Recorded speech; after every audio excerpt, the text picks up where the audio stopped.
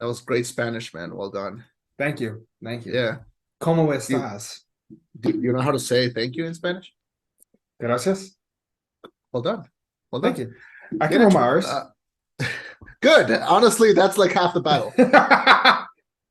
Okay. So I went to the movies yesterday to see Scream 6. Mhm. And so I go to so there's like the big chain, the big cinema chain in Mexico is called Cinépolis. And they're not just in Mexico because I went to Dallas earlier in the year and I saw one there. So, they've expanded. Mhm. Anyway, I love the chain. I go that's like my go-to. It's the closest one I have. I am a black card carrying member of that chain. Uh-huh. No lie, it's right here. Oh shit! You actually, ladies and gentlemen, Chema actually has a black card. Hell And hold on, yeah. hold on. The numbers are The numbers don't do shit. three, Like eight, the five, zero. the numbers don't do shit. They're just synced to my point system. Anyway, this is not promotion for them, but I just want to say black card carrying member. Like you can get a blue one, that's the starting one, and then you build up point until you get a gray one, and then you get the black one, which is this. And I've had it since like pre-pandemic because I live in the theater. I like literally this year I've gone like twice a week. I Uh hate you. I hate you for the free time that you have to go. it's not just free time because I don't have free time. This is just what I do. And like I excuse it because I say it's work related. Um I Also because movie theaters are like stupidly cheap compared to the US. hate you. I hate you so goddamn much. Like a theater to a showing to a normal screening is like the equivalent of like $3 in the US. Yeah. So, folks, this Anyway, will be the last time we have Chema on the show. anyway, this is why I watch so many movies. Anyway, I went there yesterday, and it's all good. I went to the earliest screening, which was at 2 p.m., and it was just me and three other dudes. Like Okay. not dudes in like dates, no, completely four separate dudes by themselves taking the decision to watch this movie. I thought I was by myself, and then it was three other dudes. I show up, and while I'm getting there, I get this email from Cinepolis who's telling me, "Hey, we have a new promotion. So here's the thing: to celebrate the release of Shazam 2 in theaters, we're gonna have this promotion where if you order a medium-sized combo and then you yell Shazam at the person who's selling you the combo, they will upgrade that to like the maxi combo." That's pretty And badass, though. it's pretty badass. But just imagine being a worker and having no idea that this is happening, and then you get like all this man children ordering medium-sized combos just to on purpose say yell at your face. Like imagine like not having any idea of what's happening and then having that. They don't pay those people enough. And I think they should. So So actually, I have a question that would make it real douchey. What yeah. if you pay for the medium, they give you the medium, and then you yell Shazam? Then they're like, "You motherfucker! Now I have to take this back." Yeah, that is exactly what would happen. Yeah. Oh God, I want that though. You want I to yell want, I Shazam want, to a yes. minimum wage worker? Okay, I wouldn't yell it. I'd be like, "Come here, come here, come here." Grab them by the head. Shazam, bitch. I don't know if the Mikey would pick that up, but yeah. Yeah. Anyway, I Uh, did. I did hear it. And then and then that came out, and then a bunch of memes started rolling out. Like they showed like this picture of this one guy with like an explosion in front of him, mhm. and it said like the poor Cinepolis worker watching a lightning bolt strike the person in front of him just because he yells Shazam while getting a bigger combo. You know, that would actually be a badass thing for DC to do. Like if they were like, look, we'll take a lower percentage, but in exchange, you do this. Yeah.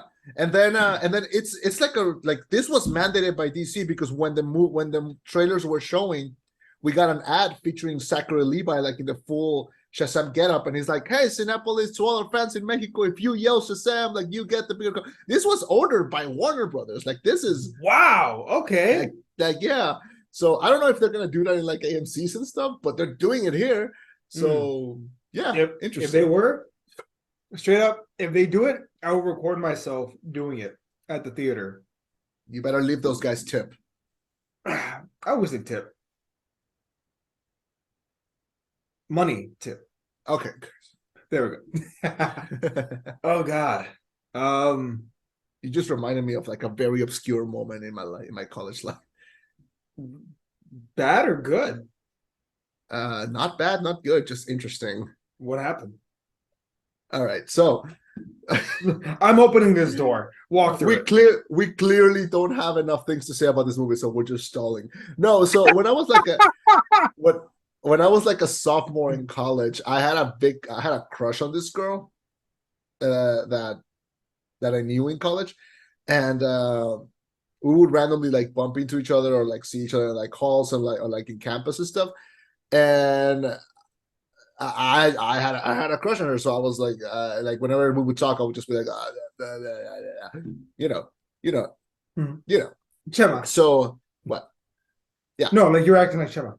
No. Like I'm weak until I actually like the person. Anyway, so like I'm strong until I like the person. Yeah. But anyway, we were standing in the library. You know the library. Yeah. Well, like the bottom floor, like where the library store is. You know. The vending machines. Yeah. So we were there. We were talking, and she tells me like, "Hey, I just got a job at this Texas Roadhouse place." I started. Why? Did you not hear that sound blast? No. Oh, never mind then. Okay. I thought Fernie had sent a message about Scream. My bad. Okay. No, so she tells me like, hey, I started like because she tells me like, hey, I got a job at that Texas Roadhouse like as a waitress. And I was like, oh, cool. Because like we're just updating on each other's lives like every time we see someone. Yeah. And I tell her like, oh, I've never been to Texas Roadhouse, like I've never been there. I was like 19, 20. And she tells me like oh you should come by, like like, and I go like, yeah, sure. And then she goes, I can get you hooked up on some pretty amazing service in exchange of a good tip. And my brain just went like immediately. I think the only thing, I think I just stood there for like too long, like not long enough, but like too long, and I just went tip. God damn it, Chema. Yeah. Wait, okay, dumb question. Yeah. Because I know there are cultural differences. Do they tip in Mexico? Because I've heard in certain places you don't, other places you do, but if you do, it's rude. You like, tip in most places, yeah. No, because okay, I know like in Europe it's considered rude to tip because you're basically saying some people in some countries in Europe they take it like, are you saying they don't pay me enough? Yeah. So that's why because you know why? Because they pay them right there. Fair, fucking fair, Yeah. I guess. Yeah. Yeah, no, that's fair. We need to raise the minimum wage in America. God damn it. Yeah. Anyway, that's the story of the tip. God. Oh man, should we get started on this Oscar movie?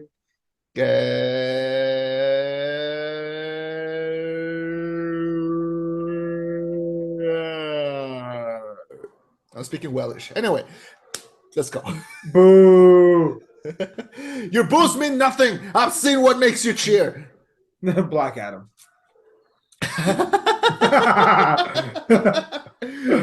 What you got, motherfucker? What you got?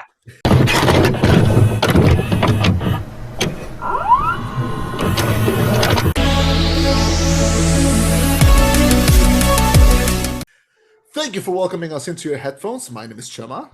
I'm Eddie. And this is reviewing The Whale. This is the rollback. So, The Whale, directed by Darren Aronofsky, a reclusive English teacher suffering from severe obesity. Obesity. I am sorry, English. It's not that I don't. It's not that I don't try. It's just I have no respect for the English language. Attempts to reconnect with his estranged teenage daughter for one last chance at redemption. So we have Brandon Frasier, Sadie Singh, Hong Chow, Ty Simpkins, Samantha Morton, Satya Sheridan, JC Sink, and Willem Sholodek, starring in The Whale, the new movie by known trauma director Darren Aronofsky, director of Black Swan, Requiem for a Dream, The Wrestler, and Noah for some fucking reason. Yeah, so this is his new movie.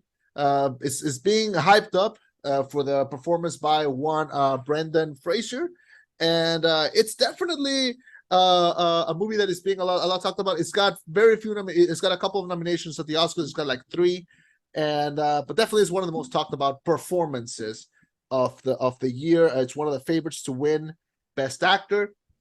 I saw it a couple weeks ago. You saw it this week. What did you think about it? Man, I think if you take out, I don't know, there's some good performances, but is it a great movie? No. Okay. Like it's complicated, man. Like it's very complicated. Interesting story, great performance, but somehow it still doesn't feel incredible. And I don't know why, but it doesn't. Not even in a low-key, smaller movie kind of way. No, because No, okay. I don't Because know. look, the movie is based on a play. So, Yeah. and you could totally see this as a play, like it all takes place inside of the Oh my apartment. God, that makes so much sense because it's a bottleneck. A bottle Oh, movie. sorry, it's a bottle movie. Yeah, sorry, it's a bottle Yeah, movie. That makes so much sense. I'm like, why the fuck don't we ever leave the house? Like to follow the other characters. Okay, that makes sense. yeah. Yeah, it was based on a play, and then it was done this time as a movie. I like how low key it was. I like how small it was. Like this movie has had a very small budget, and you can tell a lot was done to just make this a little apartment like almost a character in itself. Like it is like the way that it's designed to just help him move around a very small place. Like you can see like where it's got like the handles so he can like lie down and get back up. It's definitely a smaller movie to contrast how big like the main character is. Like, and I think it's done on purpose. That's why also the aspect ratio is done like that, like to make you feel trapped. Mhm. I I like how simple it was. Honestly, like between Aronofsky's other movies, I like how low key and small this one was. It feels like a rebirth after doing Mother, which is his previous movie, which was very polarizing. As all of his movies have been. But this one, I feel like I don't know, accessible. I don't know because you know how I see it. Like I always use my family as like the everyday go-to audience. Like we're gonna see this as like oh, it's an Oscar baiting movie. My family went to go see it, and they were like, oh, great, like we liked it, but it's definitely gonna be polarizing for people who care a lot about this. I think. Well, so should we talk about some of the controversy surrounding the film before we jump into the story? You want to Like talk about that fat suit? I don't know if you want to discuss that before or after we talk about the actual film. What do you Watch. think?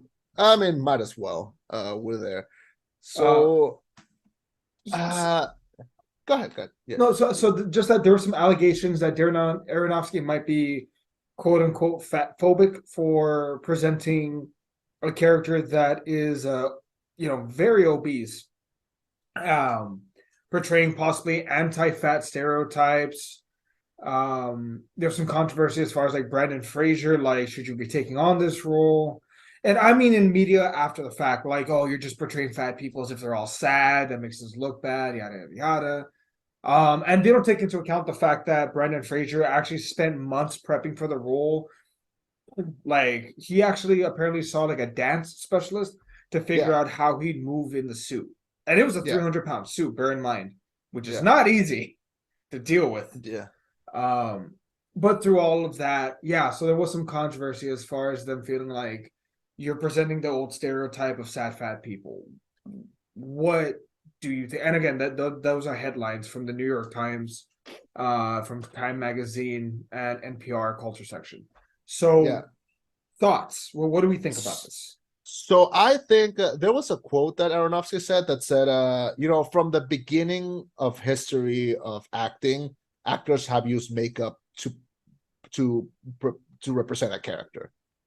So like this is not. I don't think it was bad that he used the fat suit. Like I don't think that was bad. I think the movie is about empathy and about learning how it works and how presenting it and asking you to feel for this character. And I think the movie excels in that part. So I don't think I don't think that controversy is much carries that much worth. I think Brandon Fraser prepared the fuck up for this role. Like he showed up every day, like wanting to give the best performance that he could, and I think he succeeded in that.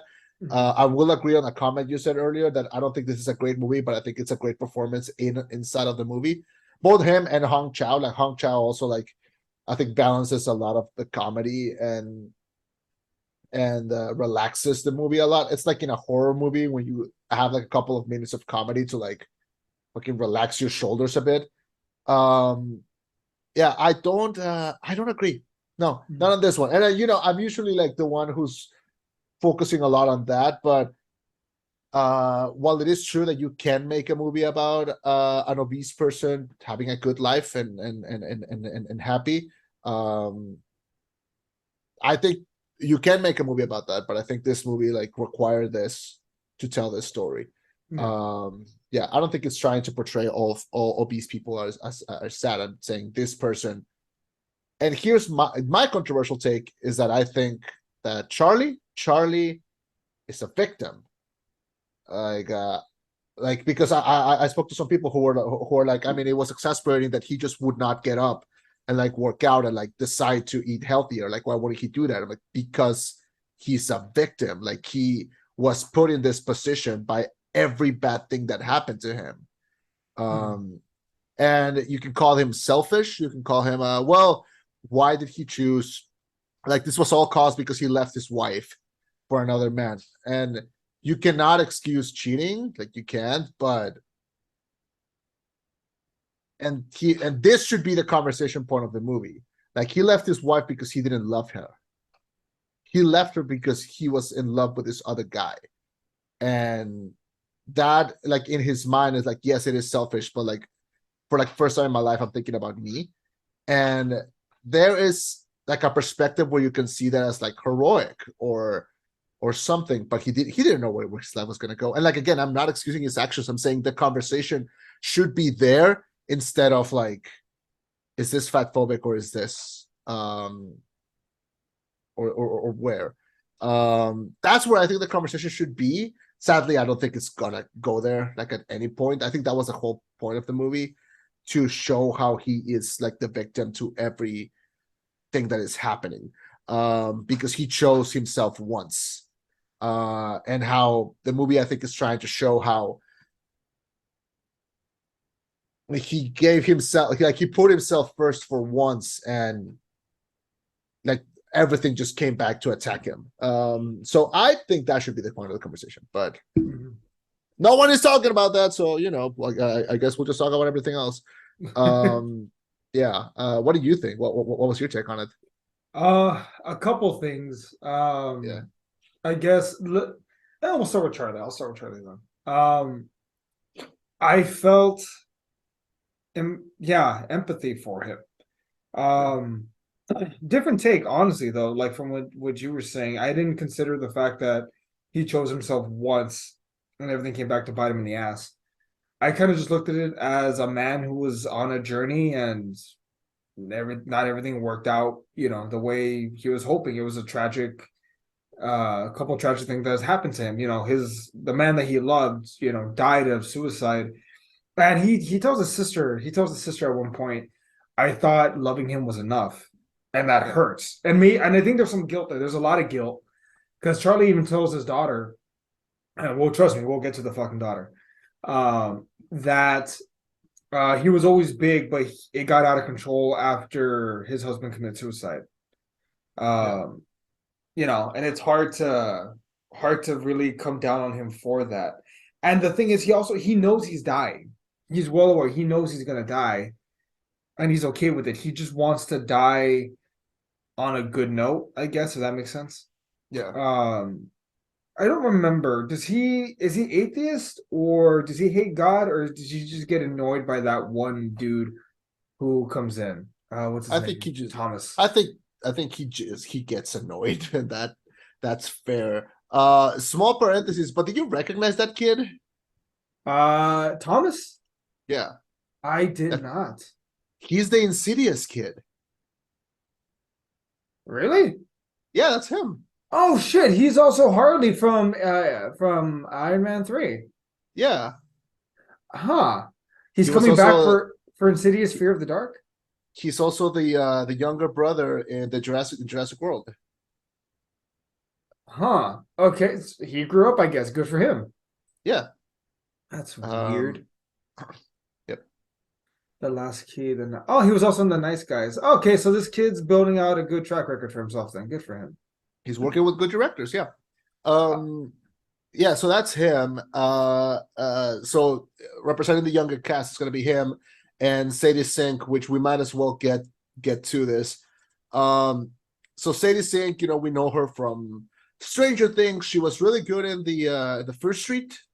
Remember the Fear Street? the Fear Street Uh, trilogy, yes, sir. yeah, she was really good in those. So I think she's starting to build up as like a really good actress. I'm liking like all the facets that she's giving us, and I'm sure she's gonna grow up to have a great career. And good to know that she can play a bitch well, because I wanted to kill this kid. Not gonna lie to you, I had a different take on her. Go. Okay, look, I'm not saying she was a good. She's not great. Yeah. She's not. She's a very mean kid. But fuck, where do I start?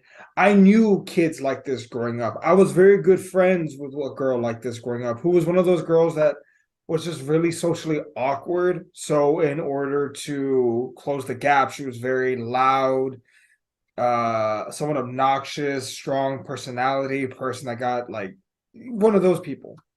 You look like you got something to say. No, go ahead. Go ahead. Go ahead. You sure you want to jump in on this? No. Go right ahead. Go right ahead. No, okay. Finish your So, piece. Yeah. so in seeing her, I understand what people will like dislike her. I don't blame them. But when I see her, I feel more sorry for her than than angry at her, because she lashes out and she says the ugly truth that most movies won't let their protagonist go through. When she says, I'm not mad that you left mom. I'm mad that you left us. You never came Yeah. to see me. You never did this. You could have tried harder. And it's true. You walked out on us when I was 8 years old. You live in the same fucking town and you never made the effort to come see me. You never made the effort to be the dad that I needed. That's why I hate you. I don't give a shit that you left for a man. I give a shit that you left and never cared about me or tried to help mom. Like at one point, I think she says, we needed help with the bills. Yeah. We needed your help and you didn't do anything. And Brandon Frasier's character kind of pauses for a second. He apologizes because there's not really a comeback for that. Yeah. Like there isn't. And fine, you fell in love with your student. Fine, you left. Fine, you did this. But you abandoned me. And I hate you for that. And I can't blame her. Yes, she has a strong personality. Yes, she lashes out. I'm not excusing her lashing out. And I don't excuse her drugging him because that could have killed him. Oh yeah. But there's some light in there because what happens? She records Thomas, sends it to his church, and gets him brought back. And she didn't know if he would be allowed back or not, but she just put in the effort. How much effort does it take to track down someone, send them the audio, and explain the situation?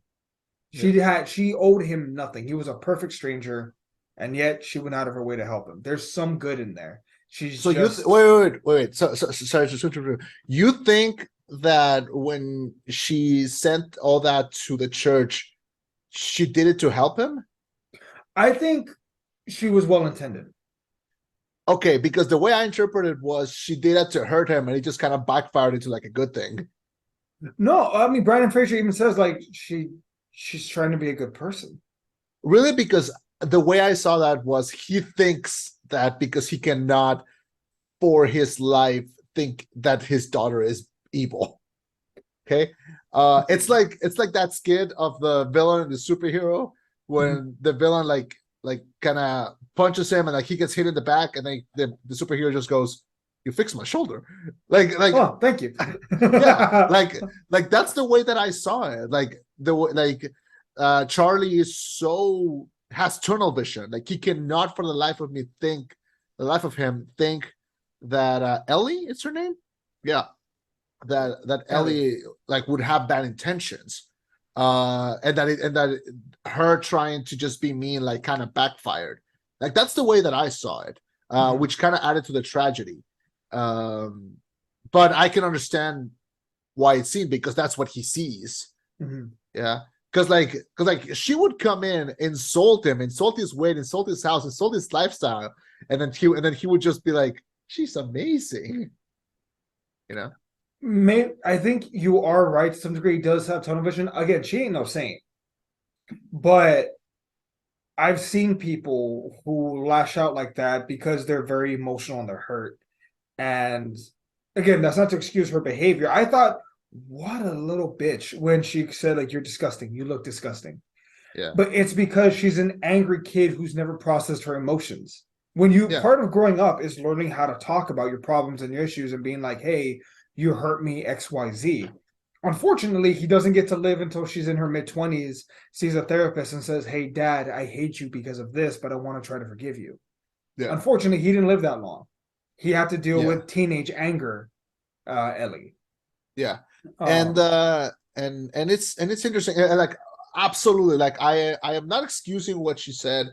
And of course I know what it's coming from. I know it's coming from a place of like trauma response and everything. But from a very objective standpoint, I want you to consider this. This girl had no friends, zero friends.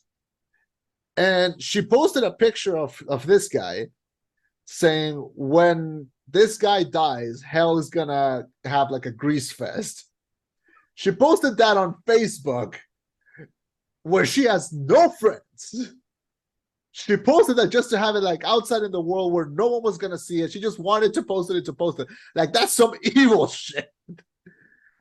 You're not wrong, but also I will counter with this. You're right. She has no friends. Why?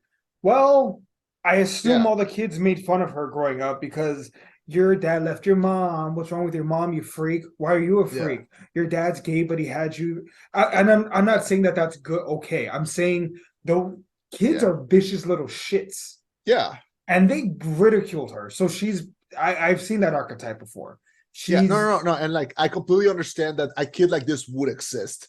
Yeah, and like I understand what led her to exist. But let's be objective for like 1 second. What a little shit. Oh no, I agree. I agree. She is a little shit. Like sure, we'll come back to the empathy and everything. But my God, what a little shit. And like I don't know. Like I don't know. How do you get to that point where you're like that fucking evil? Dude, it was. Kids are bastards. Kids are bastards. I know. Okay. But yeah, so she's there. We gotta talk about Hong Chao, who plays who plays Liz. Hong Chao, she was really good in The Menu, which we saw last year as well. She had probably my favorite line delivery of the year, which is when she's passing out the plates and the tech bros start telling her like hey, when they get the tortillas with the printed receipts, and he goes like, "What are these?" And she just goes, "These are tortillas." It's like, no, but like, what are these? And she just goes, "These are tortillas, tortillas deliciosas." She's great. Anyway, she was in Watchmen. Oh, was she in the show? Lady Trio. She was Ozymandias' daughter. Oh, cool. Yeah. Anyway, she was really good, and she's nominated for an Oscar, so good for her. Even though she says she doesn't care. She's up for an Oscar. Come on. She's up for an Oscar. Yeah. Anyway, she was really good in this. I think she brought there was a moment where I think the whole theater fucking relaxed for a second, which is when she brings him the wheelchair and he like stands up and like turns around and starts going back at it, and she just goes beep beep. Like I think like I don't know if it was for you, but I saw it in like a packed theater, in a super packed theater where like when a movie ended, I turned around and everyone, like a few people were crying. Yeah. And I felt like a huge release when the movie ended. Like I feel like the movie ended and everyone exhaled. Okay. I went to see this with a couple of friends and we were kind of late to the, like we arrived and the trailers were already starting. And we were like, should we get like should we get to the movie like a little later, but we get to like coming with food. And then I went like, you know what, we'll just have dinner, like, or like coming out of the movie. And then we're like, okay, so we just like went in, the movie ended. It's like, is anyone hungry? No. Like I legit, like I ate after the movie, like for the next few days because I had to, but I wasn't hungry. You didn't enjoy your meal. No, it's not that I didn't enjoy it. I ate out of necessity, not out of hunger. And so anyway, I think Hong Chow like relaxed the audience a lot. She was both dramatical and like also like a little funny. So I think she worked the part well. The reveal that she is the sister of Charlie's boyfriend helped connect, I think, a lot of the movie. I agree. Yeah. Liz, she was a breath of fresh air. Definitely. She was every time she was in the room. She also had the attitude. She was also like that friend of the nice guy who's like, fucking hurt him, I'll kill you. Like she was that person. There's a really sad scene that to me at least was like the second saddest part when she's like, God damn it, you're doing this to me too. Yeah. Because she even says like, I can't get you to to go to the hospital and like be better. And then there's a moment where like he reveals how much money he has in the bank, the 120 grand. She's like, I walked out in the cold to get you your groceries, you son of a bitch. When my truck was broken down, he was like, I offered to fix it, and she's like, you didn't tell me that you had that much money.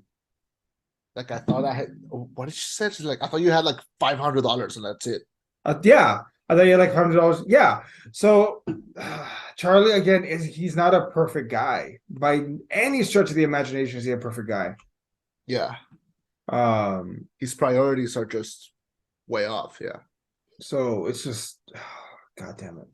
But anyway, I want to talk about this. What's the term? If hypocrites, yeah, not hypocrite, yeah, okay. If hypocrites if the word hypocrite had a character, it would be Thomas. Oh, definitely. This little son of a bitch who. Yeah, let's get into it. Which he, by the way, in the original play, he was a Mormon, and I wonder why they didn't do that in this one. They changed it to like a fictional church, I guess. And take the shots at the Mormons. Why not? I'm mostly kidding. Mostly. Am I? But yeah, so Tom is the son of a bitch who smokes weed, stole from a church, smoked weed, stole from a church, ran away, and somehow see fit to judge someone just because they are gay. Yeah. Like, okay. Which is, religion in a nutshell. Yeah. God damn. No, that's religion in a negative way. God, like these people make Christians and Catholics look bad. Because in reality, it's like, be good, pass it on. And then you have these fucks like this guy and Joel Steen that are like, but I'm better than you. That's literally not the way he worded it, you fucking asshole. Yeah. But, yeah, what do you think about this son of a bitch named Thomas who did not deserve that happy ending? Well, yeah, so he shows up, he thinks like he claims to be in a mission. And I like how Ellie kind of reads him completely and it's like, you're lying, you're not with them. You have this like high morality God complex thing going on, and you think that you can help when clearly you're just making everything worse. And I like that he gets read like that. Like he gets completely shut down. But of course, when it comes to a lot of religion perspective, or like people who are blindly following a religion, and this tend to happens a lot. What ends up happening? They see everything good as a sign of God, and everything bad as well. That's just the way the cookie crumbles, and it's not fair. Um, so yeah, he was an infuriating character. Like I was infuriated with like, here's how bad. No, not bad because and this is not on the actor. Like the actor did the actors in the whole movie are good, and they if you feel a way about a character, it's because they portray them correctly. Um, but God, it was hard to not like wanting to choke this kid out. I ended up liking Ellie of how much I disliked him, like if that makes sense. Yeah. Yeah, have you ever seen Charlie Bartlett? Is that a show or a movie? Like I've heard the Movie, name. I older have not. movie, Charlie Bartlett. So great movie. I recommend it. It's like the original Sex Ed. Like it Okay. was like a beta test because like he was basically a therapist for high school kids, but he would Okay. actually like get the drugs, break them, and distribute them accordingly to the kids that needed it. Like, hey, you need Okay. anti-anxiety medication here, but the kids' parents couldn't afford to take them to real therapists, so he was the therapist. It has Okay. Kat Dennings in it, and Robert Downey Jr. is actually in it too. But okay, Okay. the point I'm bringing up is this: he's a character that's full of contradictions, but in the end, he has it where it counts when it comes to being a decent human being and caring about other people. Yeah. I thought that's what Thomas was going to be. I thought he was going to be this Christian missionary who smoked pot, who stole money, but who had it where it counts. I thought maybe he was going to tell Charlie at one point, like, a lot of people who pretend to be Christians say that homosexuality is an abomination, but I think treating people like less than human beings is the real abomination. Okay. I think like I wish he had gone in that direction and been more like pro. And like I think that would have given like a cool character. Like, okay, we have this dude that's a contradiction, but he has it where it counts, versus this little bastard who feels the need to Yeah. judge people that he has no business judging. You know what I mean? I didn't like that. Yeah. Yeah, I'm not a big fan of the character, but I understood why he was there. He was there to cause friction Mhm. between him and the daughter and Liz, and just the outside world. Like it added another layer to him, because the reason why the boyfriend killed himself is because his family like forced this religion upon him. And like Liz explains it and goes like, my brother was, harassed and forced to be a part of this religion cult thing, because he was a cult. Like the way that they show it, it seemed like a cult. Um, and it destroyed him and it killed him. So it adds another thing to play out with Charlie's. Let's call it like this: it's a misery. Like he's living in misery, and the fact that the same thing that took out his boyfriend, his loved one, is now the thing that wants to save him. Like, no, it is how you put it. Uh, Contradiction.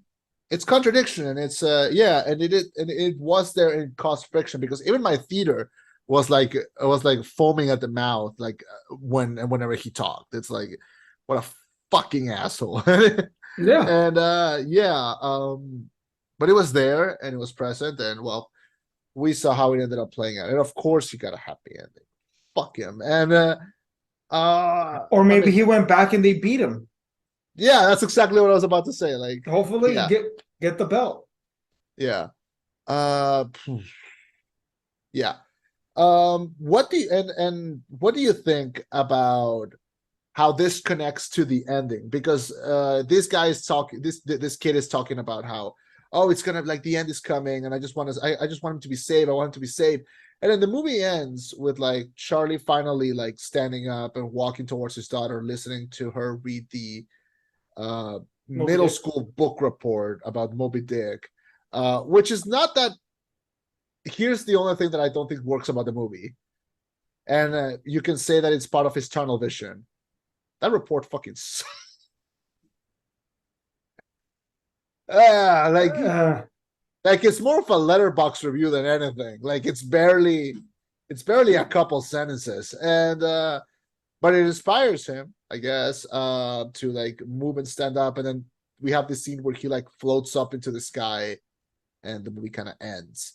Do you think that's like the end? Do you think that's like a representation of what Thomas was talking about how that is like the end of the world and Charlie gets saved by the end? Or do you think it's just like just visual nonsense? I think it's like the ending of Birdman. Okay. Like where like at this point he's dead. Like he did not float up. I don't even know if he stood up. It's possible that as she was reading to him, he was dying and he was losing consciousness when he started standing up. And then him going to the light is him going. And I know some people's interpretation of the afterlife is you get to relive your happiest moments. Yeah. And I mean, the movie technically ends on a happy memory of him with his family visiting the beach. Yeah. So maybe that's what that was. I could be wrong. No, what about you? Like, do you think he actually stood up? Like, what do you think of the ending? I also compared it to like the Birdman ending. But compared to that, I really like the Birdman ending because I think it's way more like in anyone's minds. Like it's way more up for debate. Mm-hmm. This one, I think there are either two things: is either it's like Birdman or it is like the end of like the world, like it is the rapture, and he gets saved by the end. Mm-hmm. I think there are several options there. I think that it would be interesting to debate them. Because it would depend. Like it would depend, like, does he like following this like punishment thing, like does he get saved because he felt bad at the end or not? Or is it like, I don't know, religion is flimsy.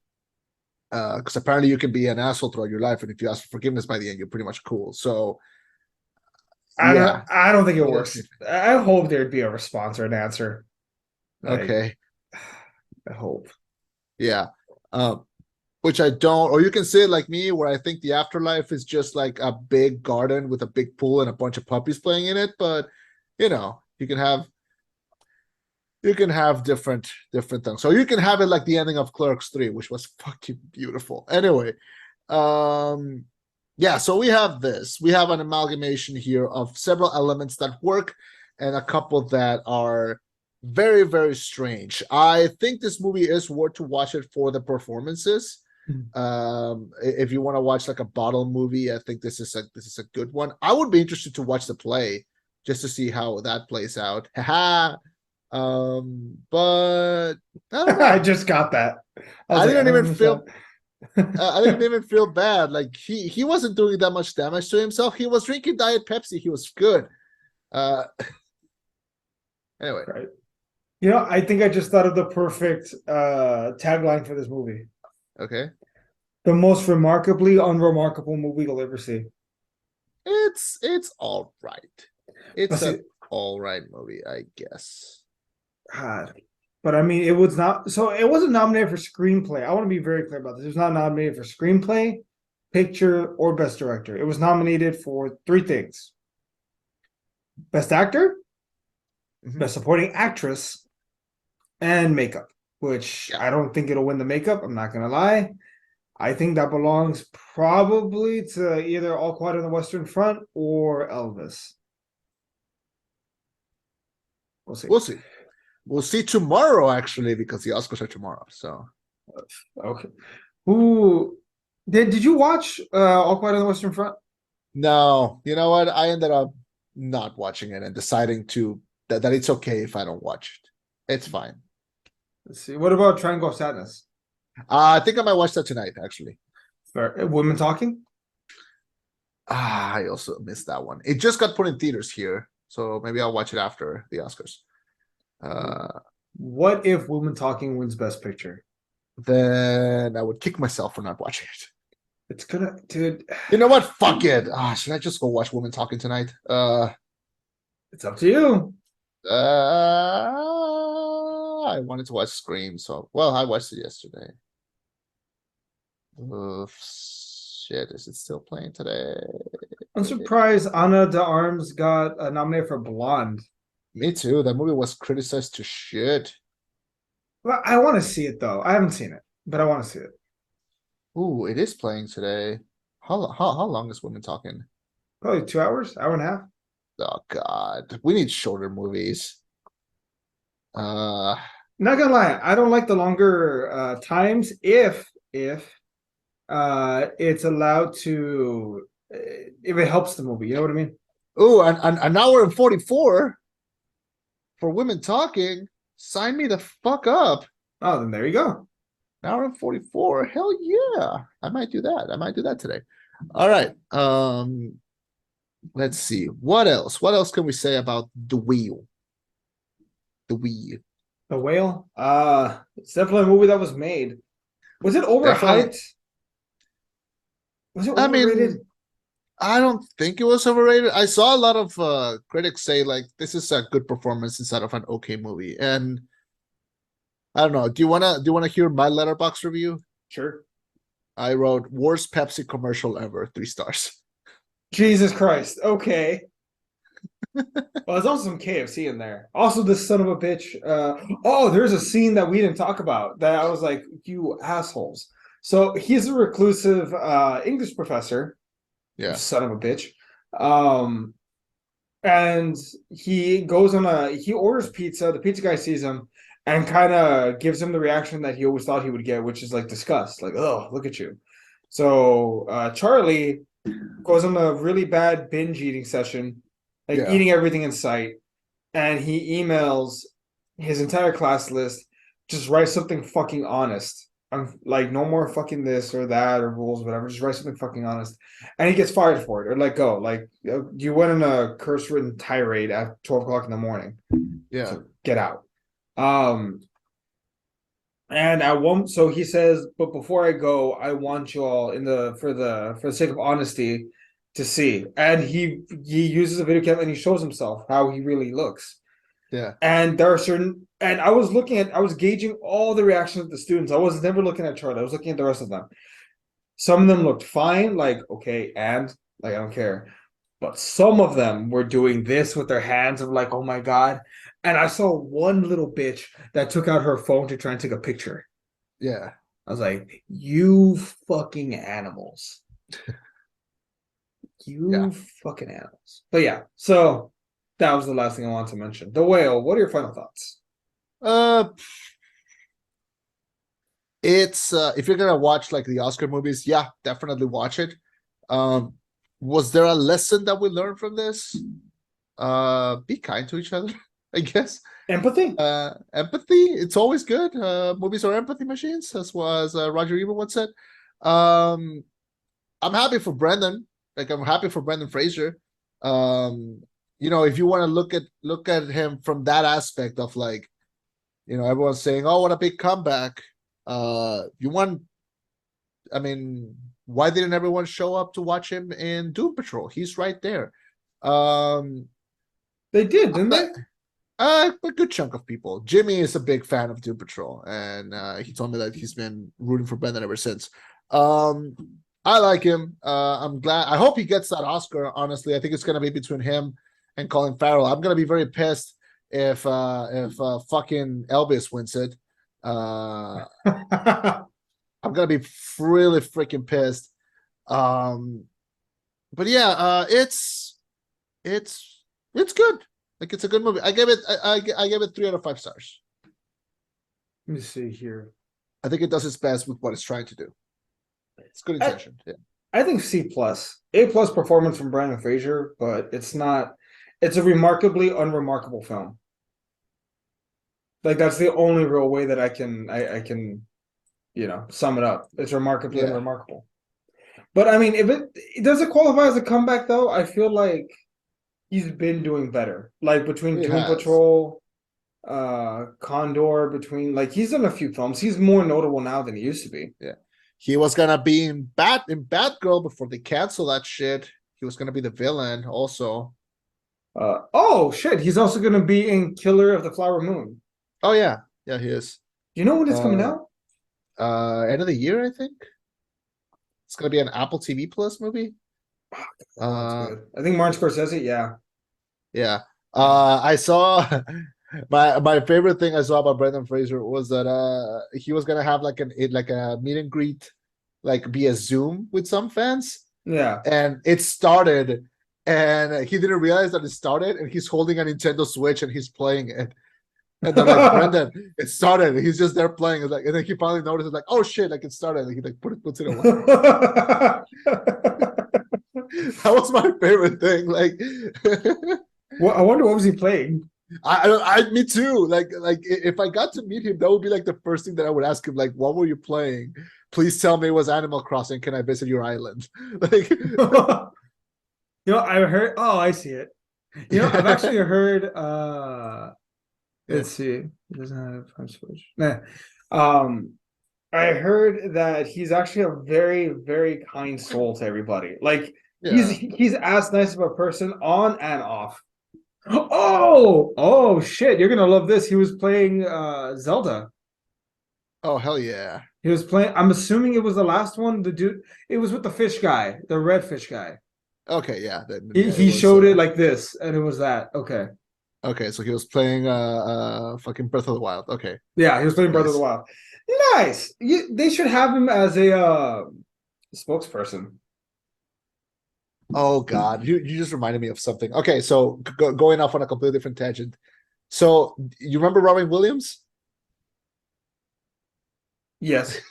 Yeah. So you know his daughter is called Zelda Williams, right? I had no idea.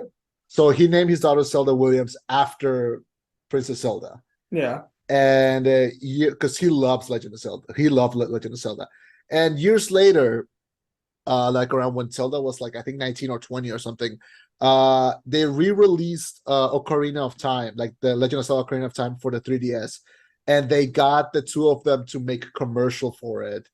And it's like a commercial where like the two of them are having dinner and they're showing like scenes from the game, and Robin Williams is like narrating it and going like oh, for you I would go to the four corners of the world. Like he's talking about like all the things that he would do in this big adventure. And then his daughter is like, are you talking about me or are you talking about the princess? And then he just goes like, hard to say, you're both so lovely. And it's so it's a commercial for the game and it's so beautiful. And after he passed away, they did like a little tribute to him. And so in Breath of the Wild, you can find an NPC that looks like Robin Williams, and it's like it's a little reference to him. So yeah, gamers, they're just like us. Breath of the Wild, Robin Williams. Yeah. So also the new yeah, there he is. That's nice. Yeah. I like that. Yeah. The new the sequel to Breath of the Wild is coming in May, and I am oh god, I cannot fucking wait. I've heard it's going to be a massive best-selling game, possibly game of the year. We'll see. Hopefully, yeah. 'Cause yeah, we got good games coming in. That's coming out. The Resident Evil 4 remake is coming out at the end of the month. But yeah. And Very here I excited about am. that. Here I am trying to order my old PlayStation 2 games on eBay. Man, What? nothing. You should jump into this side, man. Become more of a gamer. I don't have the time to be a gamer. I Oh, barely have also, to. also, What? also, you okay? Bringing in a random. This episode has gone on way too long already, but you texted me or like you audio voice messaged me about Life is Strange, and it didn't go Yes. anywhere. Oh, okay. Where did that come from? Okay, wait. I need you to explain something to me. And just tell me. It's fine. Yeah. So Nikki we started playing Life is Strange, right? Okay. And she's the like, first one. Yeah, The first one. It's called Life is Strange True Colors. Oh, so it's the that's the third one. Yeah. That's the third one? Yes. So I didn't even know I didn't know that there were versions. I just assumed like there were more chapters to it, like a Telltale game. Yes and no. Okay, Life is Strange. Yeah, there was Life is Strange, then there was Life is Strange Before the Storm, which is the prequel to the first one. And then they did Life is Strange 2, which was about two brothers. And then Life is Strange True Colors, which is the third Life is Strange game. Yeah. Oh, okay. So the first one is about the murderer then. Yes. It's fine. You can just say it. Yes. Okay, so then so to understand the whole thing, she would have to play the first one first, right? Like what's the They're time? What's the they're not timeline? connect. They're not connected. Well, like they exist in the same Universe. timeline, but they're Mhm. not. Like they'll have like references to each other, but you don't have to play the first one to get the second one, and so on and so forth. Okay, so then she should play Life is Strange Before the Storm. She could play Life is Strange 2 and then True Colors.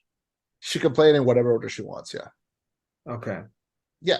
Because we started playing last thing. We started playing A Wolf Among Us. Oh, I haven't played that one. It's fucking great. It's an I've heard. amazing detective game. I fucking love it. Oh God, I've heard. Also the team that made Life is Strange made another game. Oh God, what was it called? It was about siblings. God, take M- me something. Mini Ninjas.